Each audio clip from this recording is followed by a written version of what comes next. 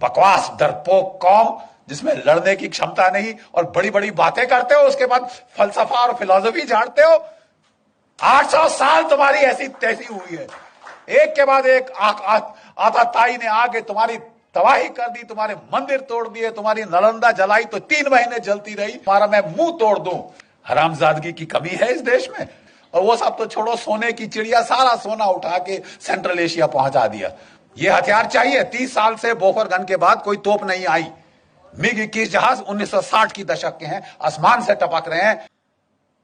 पत्थर मार के लड़ेंगे हम।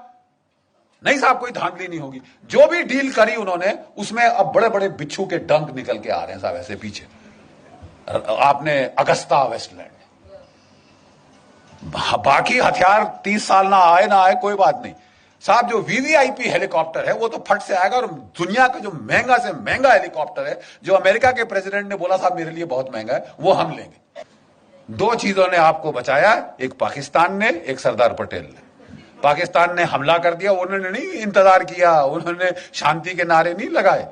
लेकिन जो कुछ भी आप कह दो, उनमें इतनी तो शर्म थी कि आजाद पाकिस्तान का जो पहला गवर्नर जनरल था वो एक मुसलमान था, जिना। और हमारा कौन था? Lord Louis Mountbatten. प्यार था साहब, इश्क। और पाकिस्तान के टैंक वाकई 1965 में दिल्ली में आके नमाज पढ़ते। ये इस किस्म की ट्रेचरी हमारे साथ हुई।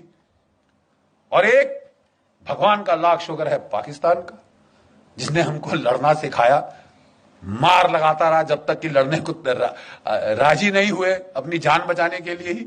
और दूसरा, एक चीन की पीपल्स लिबरेशन आर्मी। 1962 में उन्होंने ऐसी करारी लात मारी कि ये नेहरू परिवार का जो उस वक्त हाल था, कभी अमेरिका को अपनी ट्रूप्स भेजो, अपने जहाज भेजो, बोलिए आपकी एयरफोर्स कहां है? आपने लगाई? तुम्हारे पास इतनी बड़ी एयरफोर्स है, तुमने लगाई? 1962 में नहीं लगाई साहब, बिठा के रखा। और अब अमेरिकी एयरफोर्स मान